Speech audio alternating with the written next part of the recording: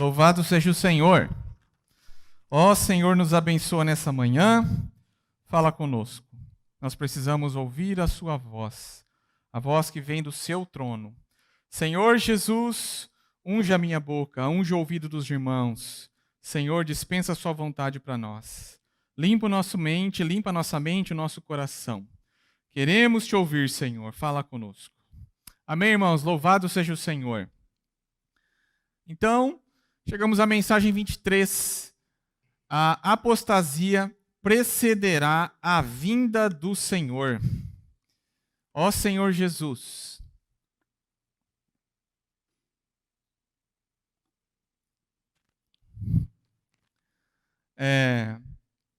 O título é sério, né? É porque a palavra é séria. Então o título é sério. E é um título, apesar de sério, muito importante. O que aconteceu lá na igreja em Tessalônica para que Paulo escrevesse essa segunda carta? Bom, o que aconteceu está no versículo 2 do capítulo 2 de 2 Tessalonicenses. Não sei se você está com a sua Bíblia aberta. Diz lá: a que não vos demovais da vossa mente com facilidade, nem vos perturbeis, quer por espírito, quer por palavra, quer por epístola, como se procedesse de nós, supondo tenha chegado o dia do Senhor. Ou seja, Paulo escreveu aos Tessalonicenses porque eles acreditavam que o Senhor já tinha voltado. O dia do Senhor já havia chegado. Ou seja, eles entenderam tudo errado. Os Tessalonicenses acreditavam que o Senhor já tinha voltado. Aí o Paulo falou: calma, vocês estão demovidos da vossa mente. O que é demovido? Demovido é agitado violentamente. Então a mente dos Tessalonicenses ficou muito agitada. E eles entenderam tudo errado que Paulo disse sobre a volta do Senhor. Aí então Paulo escreve essa segunda carta para corrigir os irmãos, para exortar os irmãos. Sabe o que é interessante notar? Como os Tessalonicenses acreditavam que o Senhor já havia voltado, eles pararam de trabalhar. Eles pararam de trabalhar. Afinal, o Senhor já voltou, né? Por que eu vou continuar trabalhando? Isso está no capítulo 3, olha só, de 2 Tessalonicenses, versículos 10 e 11, diz assim: porque quando eu ainda estava convosco, vos ordenei isto: se alguém não quer trabalhar, também não coma, pois de fato estamos informados de que entre vós há pessoas que andam desordenadamente, não trabalhando, antes se intrometem na vida alheia. Ou seja, os irmãos lá em Tessalonicenses, lá em Tessalônica, estavam ociosos, pararam de trabalhar, pararam de estudar, ficava lá de papinho, fofocando, porque o Senhor já chegou. Bom, irmãos, nós não caímos nesse erro hoje, não é verdade? Eu acho que ninguém aqui acredita que o Senhor Jesus já tenha voltado, que o dia já tenha chegado. Mas nós cometemos um erro do outro extremo. Se por um lado os Tessalonicenses acreditavam que Jesus já havia voltado, os cristãos hoje não acreditam que Jesus voltará tão cedo. O resultado dos Tessalonicenses terem acreditado que Jesus já havia voltado foi que eles pararam de trabalhar e ficavam comendo na casa dos outros pedindo comida. O resultado dos crentes hoje, que não acreditam que Jesus irá voltar tão cedo, é que só pensam em trabalhar. Certo? Se você acredita que o Senhor já chegou, para que trabalhar? Agora, se você não acredita que Jesus está voltando, eu vou trabalhar, eu vou encher meu bolso de dinheiro, vou realizar meus sonhos. Então, a atitude dos Tessalonicenses foi extrema num sentido. A atitude dos crentes hoje é extrema no outro sentido. Que o Senhor nessa manhã aclare a nossa mente, nos leve à sobriedade, para que nós saibamos o tempo que nós estamos vivendo. O Senhor ainda não voltou, mas o Senhor está voltando. Isso nos leva a ter uma vida equilibrada. Uma vida de trabalhar, de cuidar da nossa casa, de cuidar do nosso emprego, sim. Mas também uma vida de cuidar dos interesses do Senhor. Senhor Jesus. Bom, então os irmãos entenderam, né? Os tessalonicenses perderam a noção do tempo. Eles pensavam que o Senhor Jesus já havia voltado. Então Paulo escreve o seguinte, olha, algumas coisas têm que acontecer antes de Jesus voltar. Vocês pularam etapas. O que precisa acontecer para Jesus voltar? Sinais externos e sinais mais sutis. Quais são os sinais externos que todo mundo consegue ver? O Senhor fala isso lá em Mateus 24. Nação contra nação, reino contra reino, guerra, fome, epidemia, trairão, vão entregar uns aos outros, vão trair. Bom, são sinais evidentes, externos, todo mundo vê. Mas o que Paulo traz aqui são sinais que precedem a volta do Senhor que são mais sutis. Isso nem todo mundo vê. O que Paulo fala? Versículo 3. Ninguém vos engane. Porque isto o quê? O dia do Senhor. Não acontecerá sem que primeiro venha a apostasia. Meu Deus, que palavra é essa? O que isso significa? O que vem antes? A apostasia vem antes do anticristo. Depois da apostasia, vem o anticristo. Depois do anticristo, vem o dia do Senhor.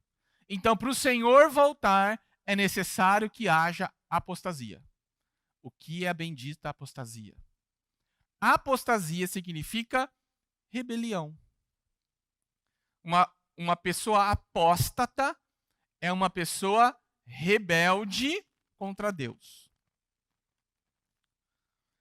Na segunda-feira do alimento diário, o irmão diz assim, a palavra apostasia em grego indica, num primeiro momento, uma profunda e generalizada apatia pela fé em Cristo Jesus e também pela palavra de Deus.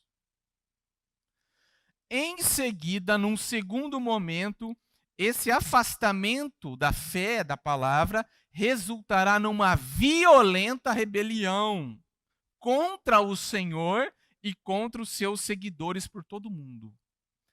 Então, o que é apostasia? Apostasia é rebelião. Num primeiro momento, ela é indicada por quê? Por um resfriamento com relação à fé, com relação ao amor.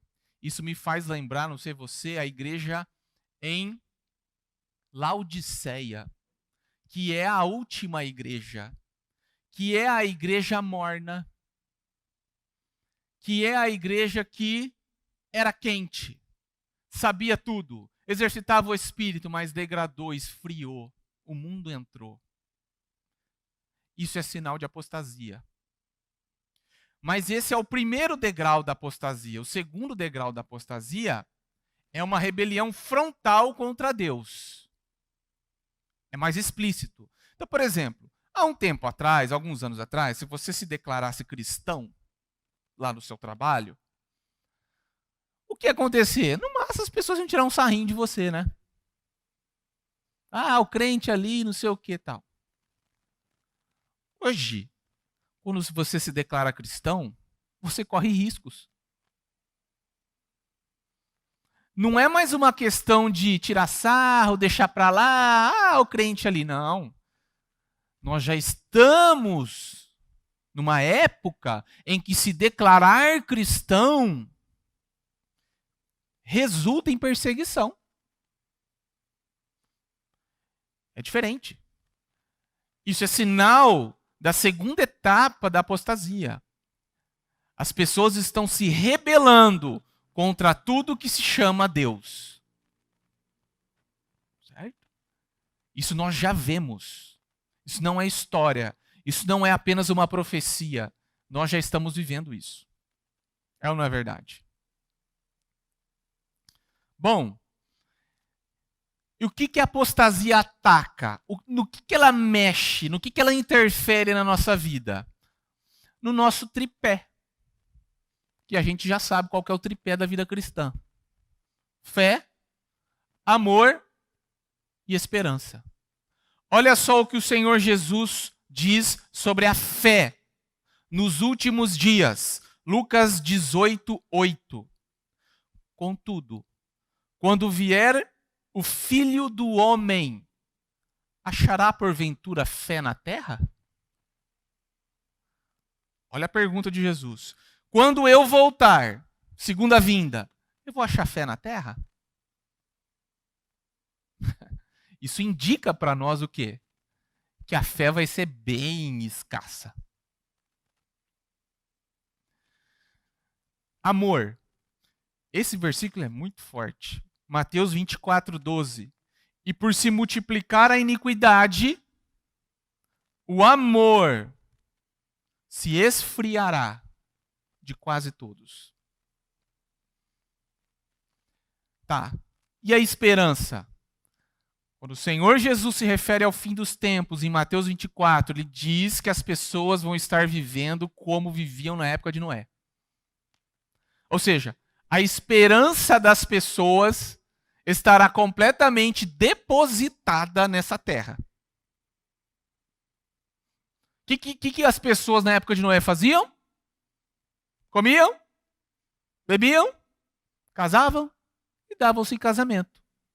Ou seja, as pessoas estavam completamente envolvidas pelas coisas desta vida. A esperança delas estava aqui. Veja só então, irmãos, como essa palavra é atual. A apostasia entra de uma forma muito sutil, depois ela se torna evidente e ela afeta a nossa estrutura, a estrutura da vida cristã.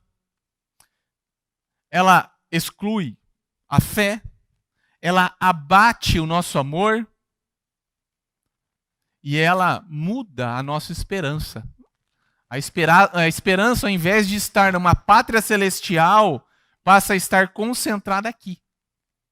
Esses são sinais da apostasia.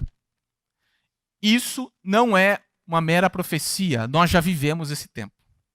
Ó Senhor Jesus! Outra coisa que vai preceder, anteceder a volta do Senhor: iniquidade. O que é iniquidade?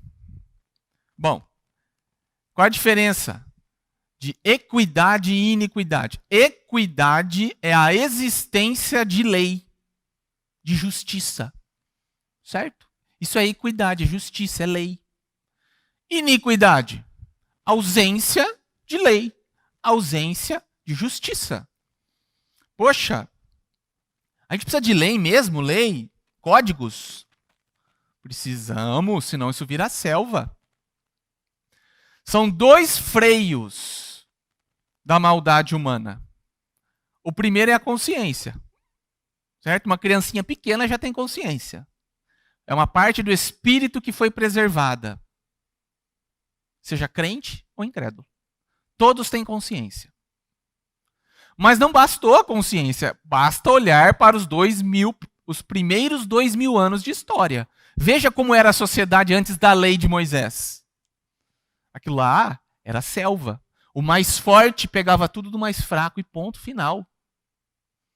Então veio a lei de Deus. Para quê? Para igualar as coisas. Para ter um pouco mais de justiça. Sem lei, já era. Então, a consciência e a lei andam de mãos juntas. Para quê? Para frear a maldade. Quando você cauteriza a consciência e quando você tira a lei, você tem uma liberdade falsa. Nós estamos já vivendo a iniquidade. Ou vocês não repararam nisso? Repararam, né? Então, por exemplo, A legislação brasileira é praticamente cópia e cola da legislação romana. Certo? Se você pegar os códigos romanos, italianos, você vê que a legislação brasileira copiou muito daquilo. Eu te pergunto, qual é a base da legislação romana? A base da legislação romana é o cristianismo. Ah, é? É. Por exemplo, não matarás é um mandamento do Senhor lá dado para Moisés, né? Isso traduz o quê para nós hoje? Direito à vida. Você não pode matar ninguém e você não pode ser morto por ninguém. Por pior que você seja, ou por melhor que você seja. Por mais que você odeie a pessoa, se você matar, por mais que você tenha toda a razão do mundo, se você matar, você vai preso. Direito à vida. Qual é a origem do direito à vida? Lei de Deus. Não furtarás. Direito à propriedade. Você tem direito de ter coisas e ser respeitado por isso. Ninguém pode tomar suas coisas. Para nós soa óbvio, né? Mas não era assim, não. O mais forte, gostei. Ele ia lá pegava. Gostei da sua esposa, viu? Ela pegava. Gostei do seu carro, ela lá pegava. Certo? Então a lei de Deus veio equalizar essa questão. Não adulterarás. Honra pai e mãe. O que é isso? Direito à família. Direito a um casamento. Você percebe então que a origem da lei, pelo menos aqui no Ocidente, tem origem no direito romano. O direito americano tem origem no direito inglês. Mas ambos, tanto o direito inglês como o direito italiano, eles têm por base o cristianismo, a Bíblia. Certo? Toda legislação tem um fundamento religioso.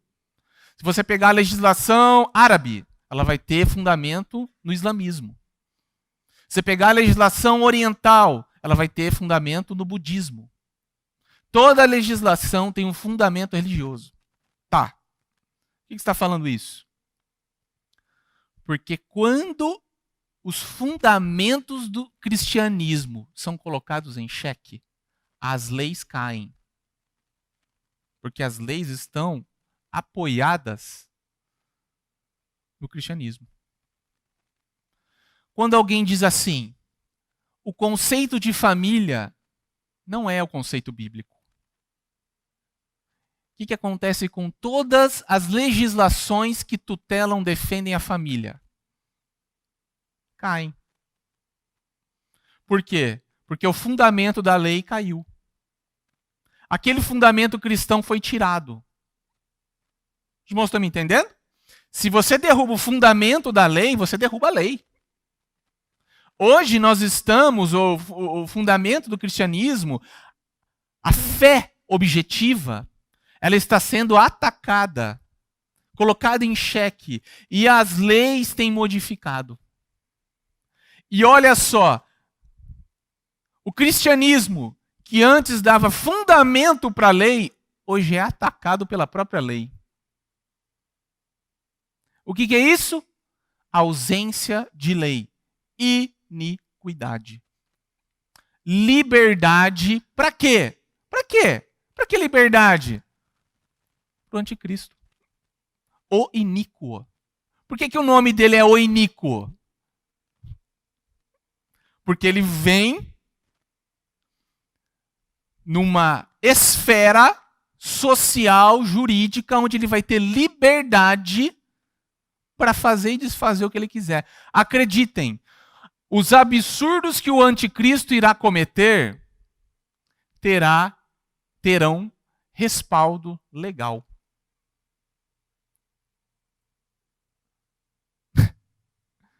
Certo? Ele não vai fazer nada fora da lei. Não. A lei vai estar toda no bolso dele. Ele vai ter apoio da lei, apoio dos tribunais, apoio dos políticos, apoio da sociedade para fazer o que ele vai fazer, irmãos. Se você falasse isso há 100 anos atrás, as pessoas não iam acreditar. Não é possível. Não é possível. Há 100 anos, a sociedade ainda tinha temor no coração.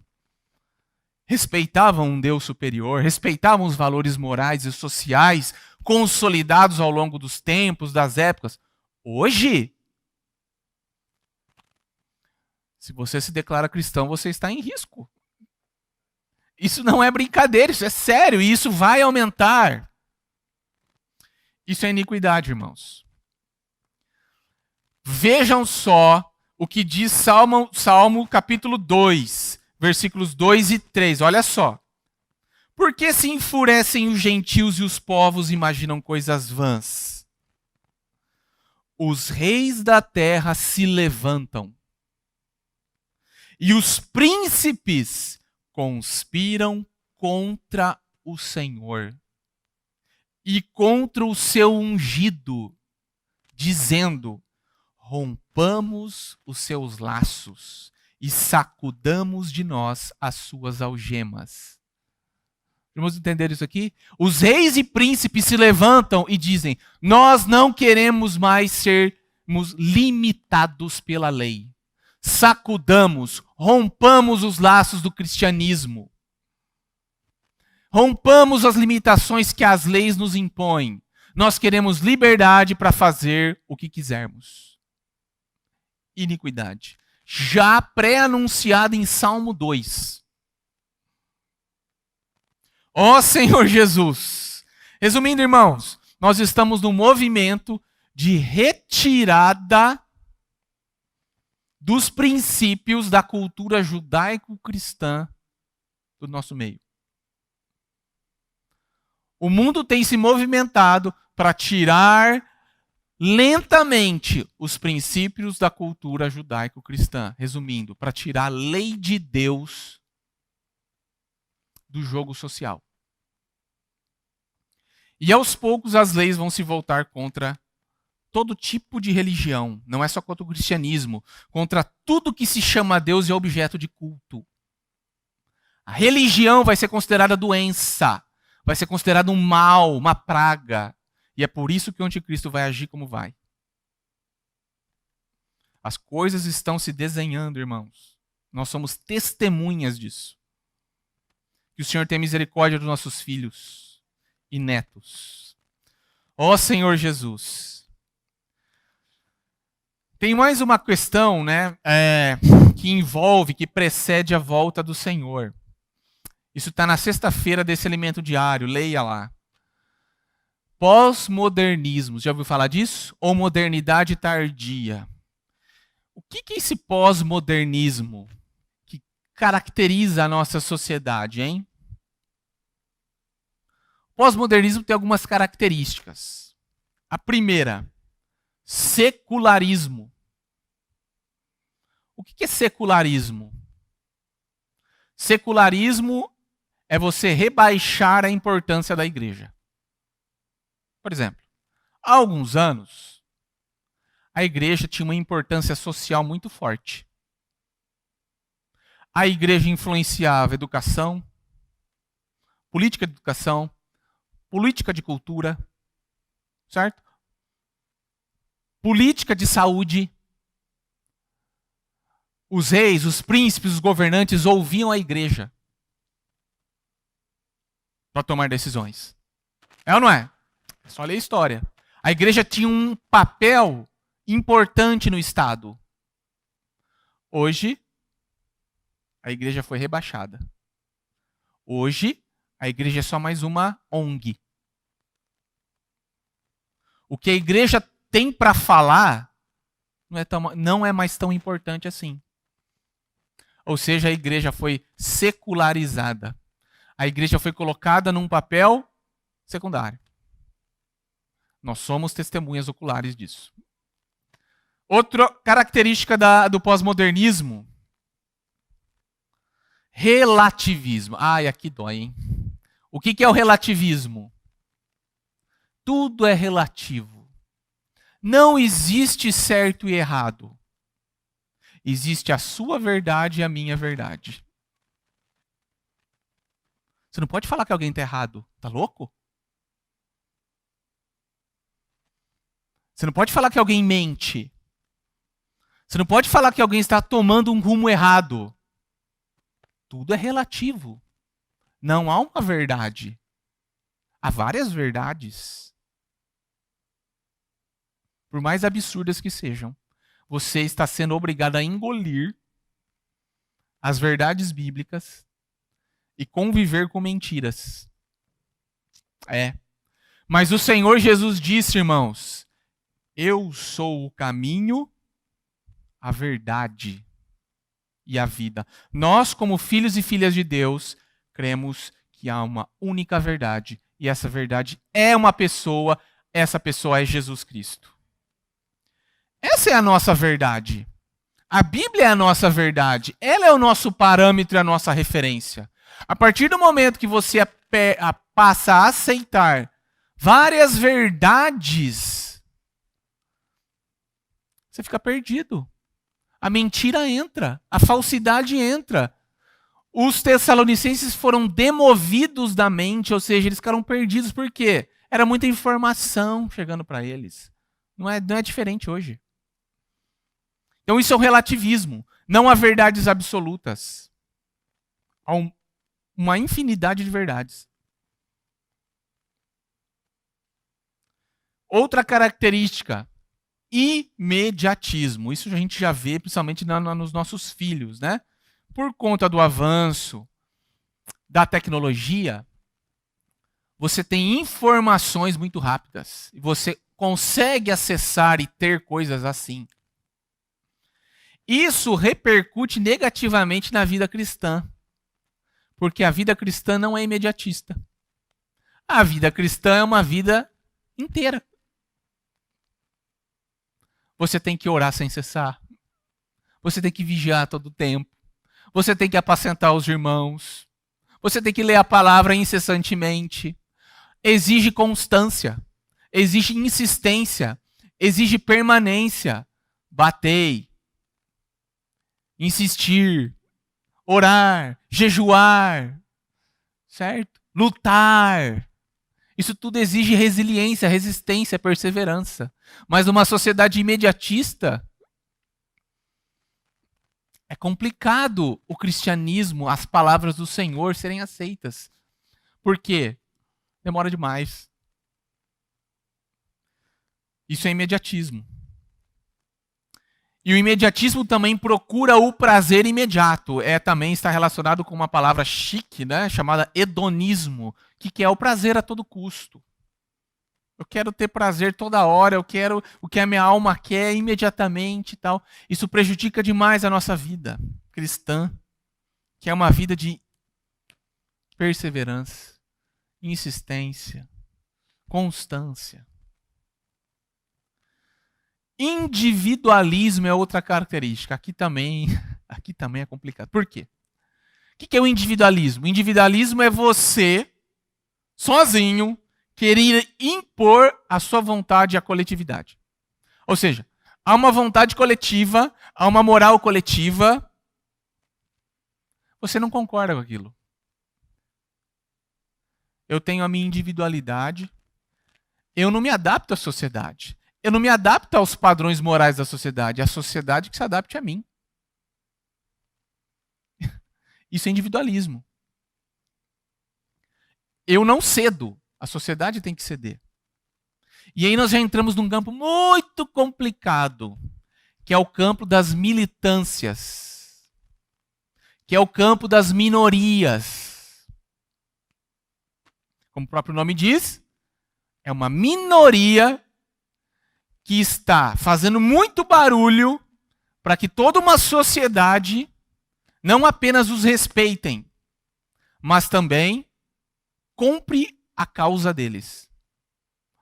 Uma coisa é você falar assim para uma pessoa dentro de um campo minoritário: eu te respeito. Isso é uma coisa. Outra coisa é você ser obrigado a militar em favor dele. Os irmãos entendem isso? Os irmãos entendem isso? Hoje, se você assume uma posição de neutralidade, você é alguma coisa fóbico. Certo?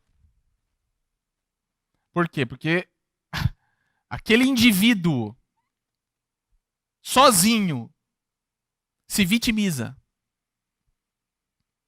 e ele constrange as pessoas e as leis estão constrangendo a coletividade a tutelar, a defender, a assumir causas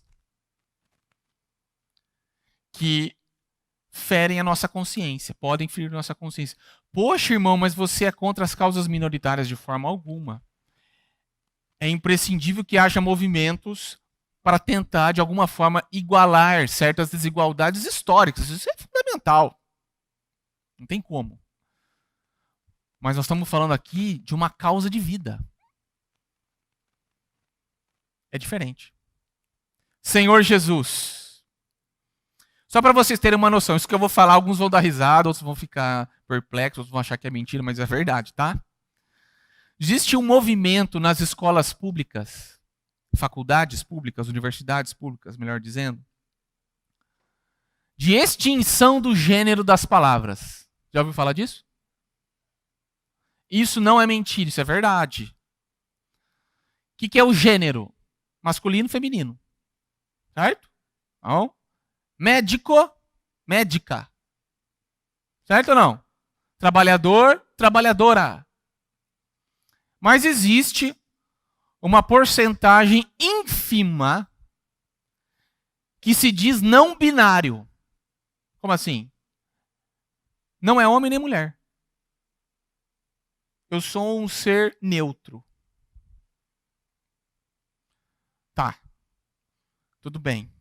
Beleza. Você fala. Beleza. Tudo bem. Não entra no mérito. Deixa pra lá. Não vale a pena comprar essa briga, certo? Mas não basta. Há um movimento dessa minoria, mas minoria mesmo, para mudar a língua portuguesa. Se é um médico, ele não quer ser chamado de médico ou médica, ele quer ser chamado de médique. Certo? Você não pode se referir a essa pessoa como ele ou ela, você se refere a essa pessoa como elo. Certo? Você não pode mais colocar gênero nas palavras. Irmãos, isso é um movimento muito forte dentro das universidades públicas, em especial das ciências humanas, para modificação da língua portuguesa, para a proteção de um grupo minoritário. Vocês percebem que passou do ponto? Passa do ponto. Passa. Bom, irmãos, tá.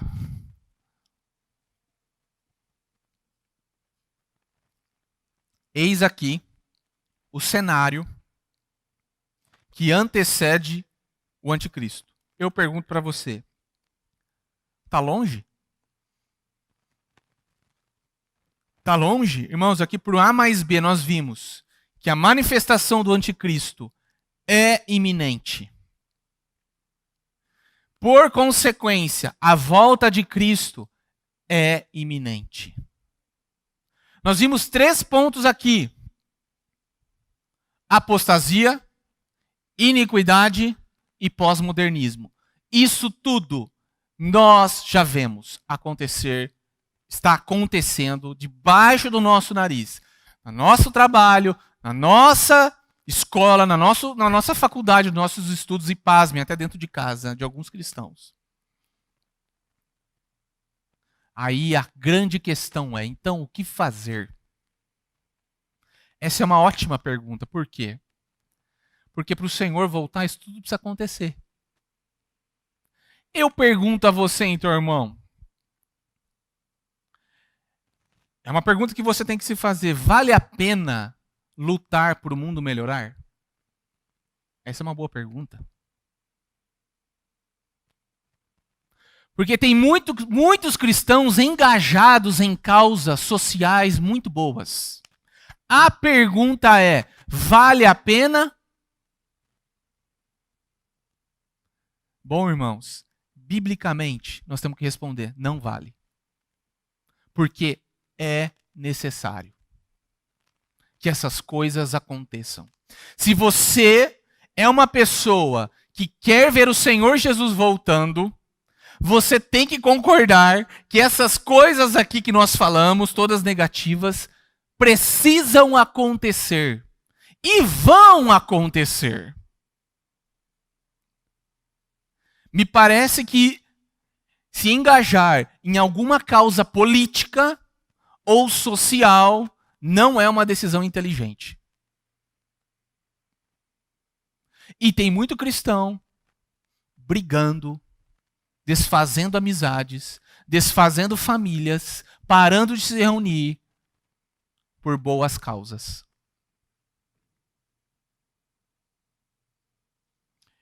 É ou não é verdade, irmãos?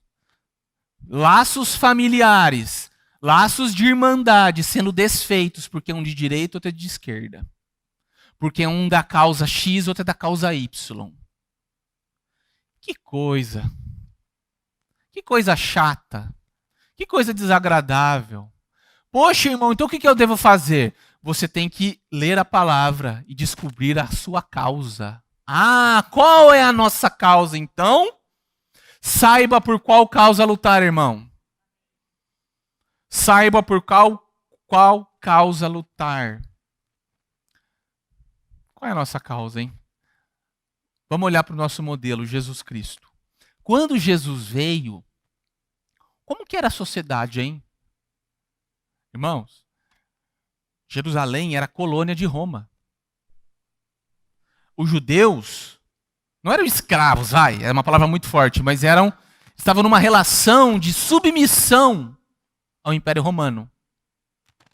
Por isso que os cobradores de impostos eram odiados.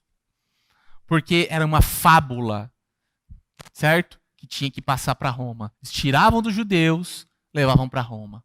Os judeus não suportavam os romanos. Quando Jesus chegou e se proclamou Messias, os discípulos, oba! Acabou a opressão, acabou a opressão. Jesus, o nosso rei veio, ele vai se sentar no trono de César. E tudo vai dar certo para nós. O reino veio. Eu pergunto para vocês, Jesus afrontou a política romana? Nem entrou nesse mérito, irmãos. Certa vez perguntaram para ele assim, é lícito pagar tributo a César? É uma pergunta difícil de responder. Se ele responde assim, na lata, sim! Ah, que rei é esse que se submete a Roma? Ou se ele falasse, não, rebelde político. Jesus respondeu o quê? Dai a César o que é de César e a Deus o que é de Deus. Que resposta. Que resposta sensacional, arrepio. Porque o Senhor foi muito sábio. Ele não entrou em questões políticas. A lei está aí, vamos cumprir a lei. Ponto. Mas não se esqueçam, existem os interesses celestes. Dai a Deus o que é de Deus.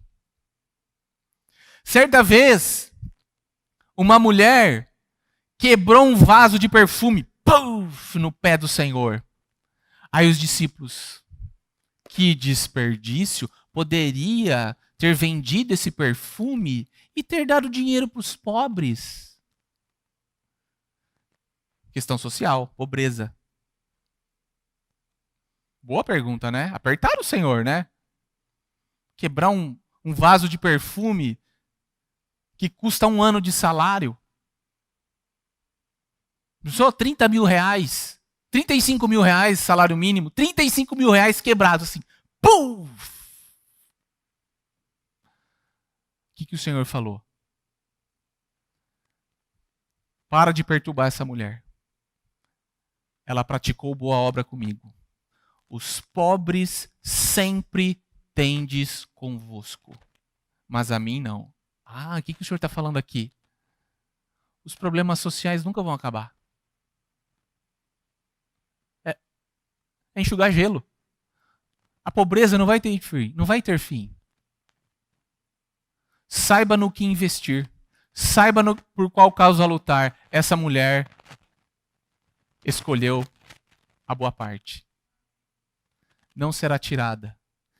Todas as vezes que o evangelho for pregado, a história dela será contada. Ou seja, essa mulher investiu no reino, na eternidade. As muitas causas sociais e políticas têm o seu lado bom, mas entendam, irmãos, não duram. Quando você se consagra ao Senhor, quando você quebra o seu vaso de alabastro, você está investindo naquilo que é eterno. Então, a mulher não errou, não. A mulher acertou. Ela escolheu a boa parte. Ela escolheu se entregar ao Senhor. Veja então como o Senhor não entrou na questão política.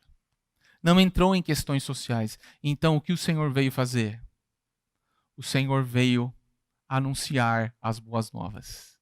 O Senhor veio pregar o Evangelho. E é esta a missão das missões da igreja. Ide por toda a nação, por todo o reino, e pregai o Evangelho do reino.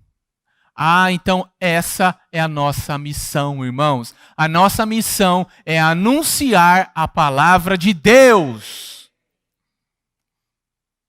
Mas há tantas causas sociais muito boas. Eu concordo. O Senhor Jesus mesmo, né? Ele deu comida para quem estava com fome, não deu? Deu. Ele curou os doentes, não curou? Curou. Mas essas causas eram centrais? Eram centrais? Não. Tanto que as pessoas continuam com fome. O Senhor não resolveu o problema da fome.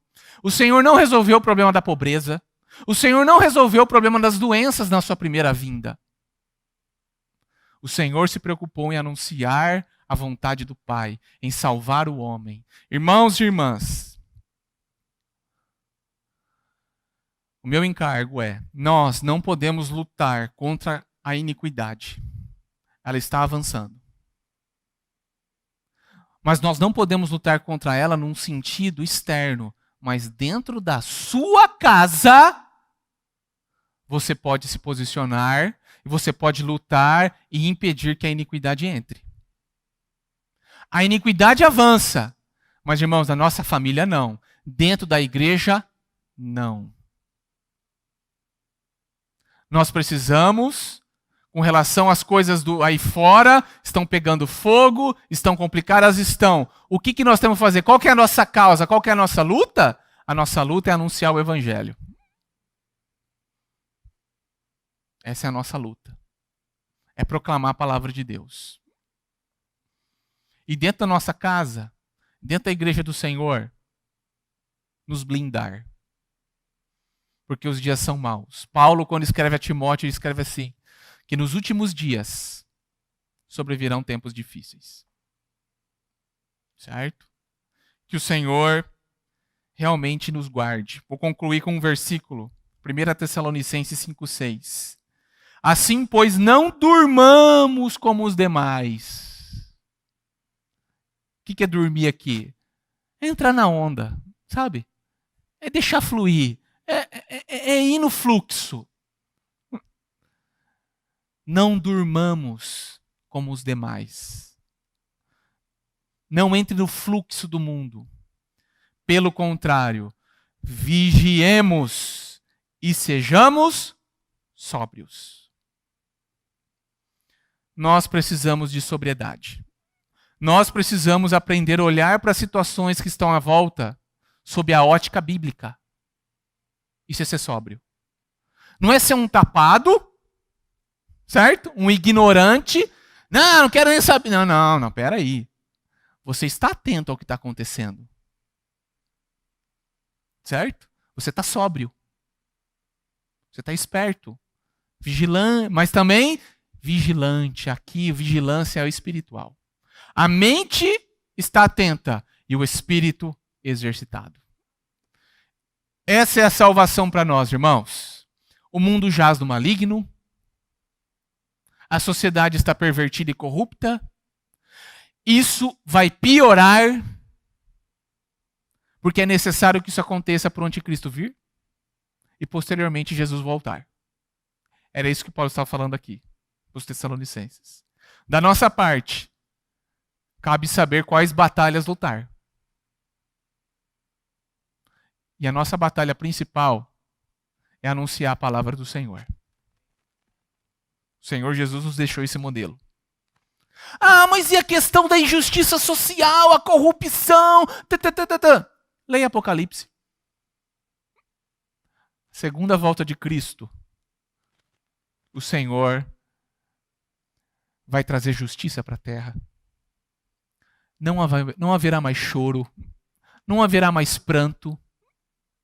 Os reis serão destituídos. Não vai haver mais reino, não vai haver mais prefeito, não vai haver mais presidente, não vai haver mais Câmara de Vereadores, Senado, não vai haver. Por quê? Só vai haver um rei. Então os problemas sociais não serão resolvidos agora. Os problemas sociais serão resolvidos na segunda vinda de Cristo. Essa é a palavra do Senhor para nós. Amém? Que o Senhor nos abençoe, que o Senhor guarde a nossa casa, que o Senhor guarde a igreja. Jesus é o Senhor. Amém.